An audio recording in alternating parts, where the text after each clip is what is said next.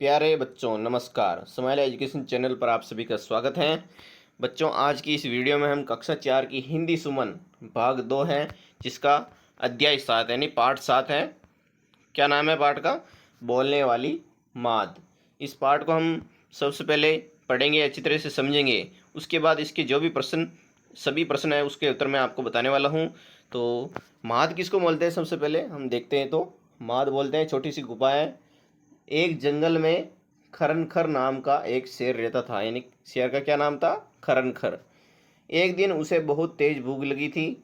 वह शिकार की तलाश में पूरे जंगल में घूमता रहा, यानी पूरे जंगल में इधर उधर घूमता रहा, लेकिन उसको कोई मिला नहीं खाने के लिए। एक चूहा तक नहीं लगा, यानी उसको कोई हाथ ही नहीं लगा। इस तलाश में ही शाम हो गई, यानी उसको शाम हो गई थी इधर उधर घूमते घूमते। तो अंधेरा हो रहा था।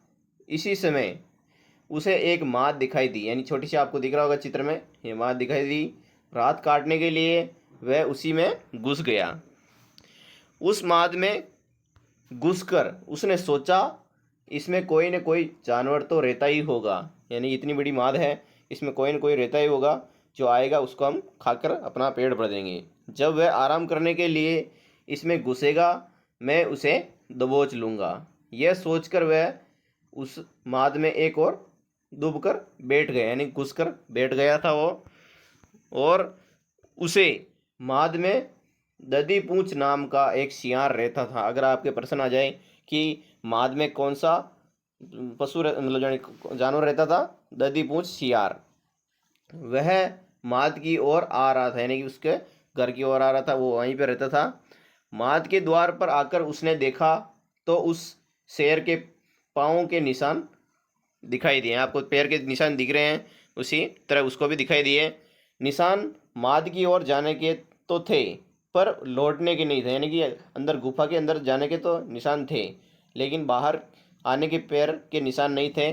उसने सोचा, हे भगवान, आज तो मेरी जान पर ही आ गई, यानी आज मेरी यह जान लेकर ही मानेगा शेर। उसको पता चल गया कि अंदर शेर बैठा है घुसकर, इसके भीतर जरूर कोई शेर घुसा बैठा है। उसे समझ में नहीं आ रहा था वह क्या करे, जिसे पक्का पता चल जाए कि शेर इस समय भी उसके भीतर ही है या बाहर निकल गया, यानी उसको अब डर भी लग रहा है और उसको पता भी नहीं चल रहा है कि अंदर शेर बैठा है या वापस चला गया।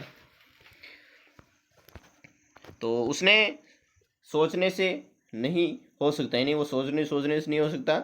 सोचते सोचते उसे एक उपाय सूझ ही गया, यानी वो एक उपाय सोचा उसने। माद के दरवाजे पर जाकर उसने आवाज़ दी, ए मेरी माद, ए मेरी माद। आवाज़ देकर वह चुप हो गया, यानी कि यह आवाज़ निकाल कर वो चुप हो गया। कुछ देर बाद उसने कहा, अरे तुझे हो क्या गया है? आज बोलती क्यों नहीं है? यानी रोज़ बोलती हैं, आज क्यों नहीं बोल रही? उसने एक तरकीब सोची थी, इसी तरह बताया। पहले तो जब मैं आवाज़ लगाता था तू झट बोल पड़ती थी। क्या तू यह भूल गई कि मैंने तुझसे कहा था कि मैं जब भी बाहर से आऊँगा तब तुम्हें आवाज़ दूंगा और उसके बाद ही मैं माद के भीतर आऊँगा, यानी जब भी घर के अंदर आऊँगा तो पहले तुमको आवाज़ दूंगा, उसके बाद ही घर के अंदर घुसूँगा। यदि तुमने इस बार भी जवाब न दिया तो मैं तुम्हें छोड़कर किसी दूसरी माद में चला जाऊंगा, क्योंकि उसने वहाँ पर घर बना हुआ था उसका। तो अगर वो आवाज़ नहीं निकाली तो वो दूसरी जगह माद में चली जाएगी। अब शेर को विश्वास हो गया कि सियार के आवाज़ लगाने पर यह माद सचमुच जवाब दिया करती हैं, यानी वो उसने सोचा नहीं कि माद भी कभी बोलती है क्या, लेकिन वो मूर्ख था, इसलिए वो सोचने लग गया था कि ये भी गुफा बोलती हैं। उसने सोचा आज मैं आ गया हूँ, इसलिए डर के मारे इसके मुंह से आवाज़ नहीं निकल रही हैं। यह तो मानी हुई बात की डर जाने पर हाथ पांव को काट मार जाता है, मुँह से आवाज़ तक नहीं फूटती और शरीर थरथराने लगता है, यानी कि अगर डर सामने हो तो सबका जो शरीर है वो दूझने लग जाता है। ये आपको दिख रहा होगा माद और उसमें शेर बैठा हुआ है और लोमड़ी है जो भाग रही है और बंदर है जो ऊपर बैठा हुआ देख रहा है। शेर ने सोचा यह माद नहीं बोलती हैं तो कोई बात नहीं, इसकी जगह मैं ही जवाब दे देता हूँ, ये तो बोल ही नहीं रही है। यदि चुप रहा तो हाथ आया शिकार भी गया, यानी कि ये भी चला जाएगा मेरे हाथ से। यह सोचकर शेर ने उसके जवाब में आवाज़ लगा दी। उसके जवाब से वह गुफा तो गूंज ही उठी, यानी कि पूरी गुफा में आवाज़ आने लग गई थी। आसपास के जानवर भी चौकन्ने हो गए कि ये कहाँ से आ गई आवाज़, यानी शेर कहाँ से आ गया।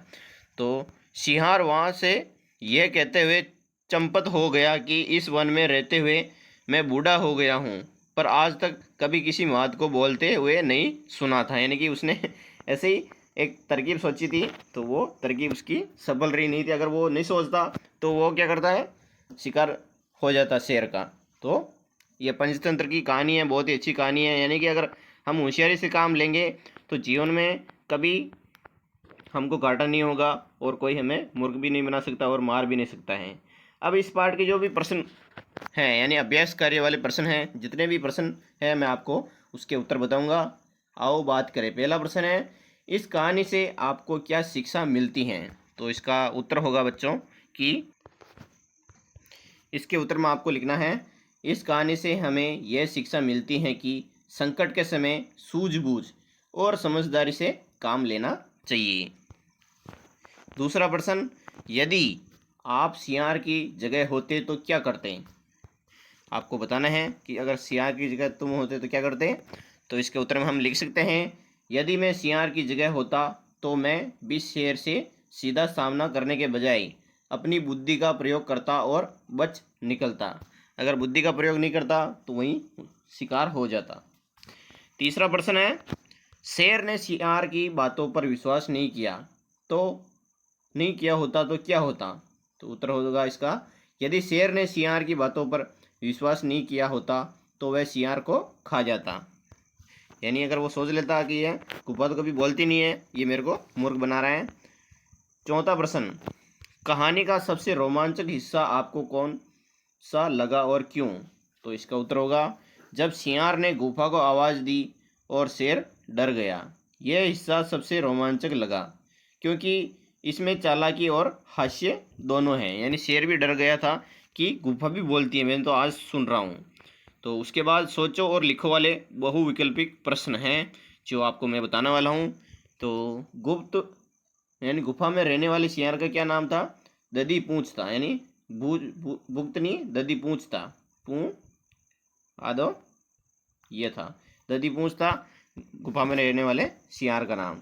दूसरा प्रश्न, अरे तुझको क्या बात है, क्या हो गया, आज बोलती क्यों नहीं। सियार ने यह कथन किससे कहा था, गुफा को कहा था। यानी अगर आपको एवं जो गे दिख रहा है गुफा गुफा से दिख रहा है, वो इस पर आपको राइट का निशान लगाना है। अगला प्रश्न, नीचे दिए गए प्रश्नों के उत्तर दीजिए। इस कहानी से आपको क्या शिक्षा मिलती है। तो हम लिखेंगे, इस कहानी से शिक्षा मिलती है कि मुसीबत के समय बुद्धि और चतुराई सबसे काम में आती हैं।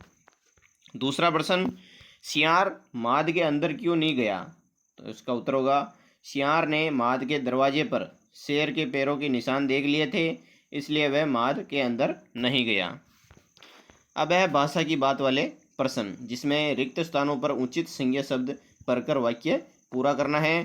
तो पहला है, दधी पूंछ गुफा में रहता था। यानी कि यहाँ पर क्या है, दधी पूंछ लिखना है। दूसरा है खनखर, यानी कि शेर का क्या नाम था, खनखर। सिंह सियार को खाने के लिए गुफा में छिपकर बैठा था। इसका उत्तर हो जाएगा। अगला प्रश्न, नीचे दिए गए वाक्यों में संज्ञा के शब्द के स्थान पर सर्वनाम का प्रयोग कीजिए। तो इसमें जैसे कि पहला है वाक्य, अब शेर को विश्वास हो गया।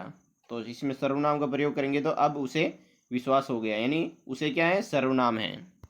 दूसरा वाक्य, सोचते सोचते सियार को एक उपाय सूझा। इसका बनेगा, सोचते सोचते उसे एक उपाय सूझा। ये इसका उत्तर हो जाएगा। अब है विशेषण शब्द, जिसमें कहानी में प्रयुक्त 5 विशेषण शब्द ढूंढकर आपको लिखने थे, जैसे कि बड़ा, चालाक, डरावनी, बुद्धिमान, नया। यह हो गया विशेषण शब्द।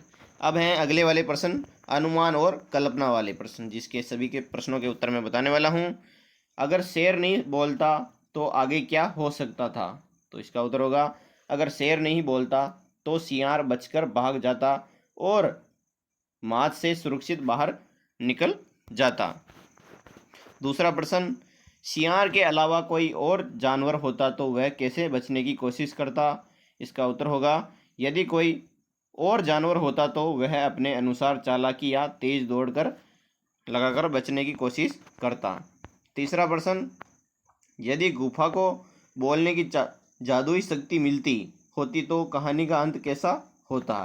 तो इसका उत्तर होगा, यदि गुफा को बोलने की शक्ति होती तो वह स्वयं शेर को उत्तर देती और सियार को बोलने की आवश्यकता न पड़ती, यानी शेर की जगह वो बोल जाती है। चौथा प्रश्न, यदि अंत में शेर गुफा की आवाज़ का उत्तर नहीं बोलता तो कहानी का अंत कैसा होता? यदि आप अभी बताया था, यदि शेर नहीं बोलता तो सियार को शक हो जाता कि शेर अंदर है और वह वहाँ से भाग जाता। पांचवा प्रश्न, अगर यह कहानी पानी में रहने वाले किसी जीव जैसे कि कछुआ या मछली के बारे में होती तो उसका क्या परिणाम होता? इसका उत्तर होगा, यदि यह कहानी पानी के जीवों पर होती तो शायद वहाँ भी चालाकी से एक जीव दूसरे जीव को बचा लेता। इसका उत्तर हो जाएगा। अब है खोज आधारित प्रश्नों के उत्तर। तो पहला प्रश्न है इसका, क्या किसी प्राणी की सूझबूझ पर आधारित इस कहानी जैसे अन्य कहानियाँ आपने पहले कभी सुनी हैं? तो इसके उत्तर में लिख सकते हैं हाँ, जैसे कि चतुर खरगोश और शेर की कहानी, जिसमें खरगोश ने अपनी बुद्धि से शेर को कुएं में गिरा दिया था। दूसरा प्रश्न, सियार ने गुफा को संबोधित क्यों किया, यानी क्यों बोला गुफा को? उसका उत्तर होगा, सियार ने शेर की उपस्थिति का पता लगाने के लिए गुफा को संबोधित किया, यानी कि अगर शेर अंदर होगा तो जरूर बोल सकता है वो, इसलिए उसने बताया। अगला प्रश्न है तीसरा, इस कहानी में कौन कौन से पक्षी और जानवरों का उल्लेख किया गया है? तो इस कहानी में शेर, सियार और गुफा का उल्लेख किया गया है। चौथा प्रश्न, शिक्षक की मदद से जंगली जानवरों की जीवन शैली और उनके पर्यावरणीय महत्व के बारे में जानकारी प्राप्त कर और संक्षेप में लिखें। तो इनमें लिख सकते हैं, जंगली जानवर जंगल के संतुलन को बनाए रखते हैं, वे पेड़ पौधों की वृद्धि, अन्य जीवों की संख्या नियंत्रित करने और पर्यावरण को सुरक्षित रखने में मदद करते हैं। ये इसका उत्तर हो जाएगा। अगर अभी तक हमारा चैनल सब्सक्राइब नहीं किया तो सब्सक्राइब जरूर कर लें। अब है रचनात्मक प्रश्न, जिसमें पहला प्रश्न है, धैर्य और बुद्धिमानी से हर समस्या का हल संभव है। इस संदेश को उजागर करने वाला एक पोस्टर बनाना है। तो इसमें आप चित्र बना सकते हैं कि चित्र में शेर और सियार का संवाद और संदेश लिखें, मुसीबत से डरना नहीं, बुद्धिमानी से हल करना। दूसरा प्रश्न, पर्यावरण संतुलन के लिए सभी जीव आवश्यक हैं। इस विषय पर एक आकर्षक पोस्टर बनाना है, जैसे कि चित्र में पेड़, पक्षी, शेर, हिरण, नदी और सियार का चित्र बनाकर लिखें और हर जीव है जरूरी, तभी पर्यावरण रहेगा पूरी। तीसरा प्रश्न, शेर और सियार के संवाद पर आधारित हास्य पोस्ट, चित्र में शेर गुफा से बोलता दिखे और सियार हंसते हुए भागता दिखे और नीचे लिखे, चालाकी से बड़ी कोई ताकत नहीं। तो बच्चों ये भी करें, अनुभव साझा करें। जैसे कि प्रश्न है, क्या आप कभी किसी मुसीबत में फंसे हैं जहां आपको कोई चतुराई से बाहर निकलना पड़ा? अपने अनुभव साझा करें। जैसे कि हम लिख सकते हैं, हाँ, एक बार मेरा बस्ता खो गया था, मैंने तुरंत अपने दोस्तों से मदद लेकर ढूंढना शुरू किया और सभी जगह पूछताछ की। अंत में वह कक्षा में ही एक मेज के नीचे मिला। उस समय मैंने समझा कि मुसीबत में घबराने की बजाय शांति और चतुराई से काम में लेना चाहिए। तो बच्चों, प्रश्नों के उत्तर कैसे लगे हैं? और वीडियो अच्छा लगा है तो लाइक एंड सब्सक्राइब जरूर करें। और अगर आपको दूसरे विषय के प्रश्न उत्तर लिखना है तो हमारे चैनल पर जाकर हम देख सकते हैं, हमने डाल रखे हैं और रोज़ हमारी क्लास आएगी। जय हिंद, जय भारत।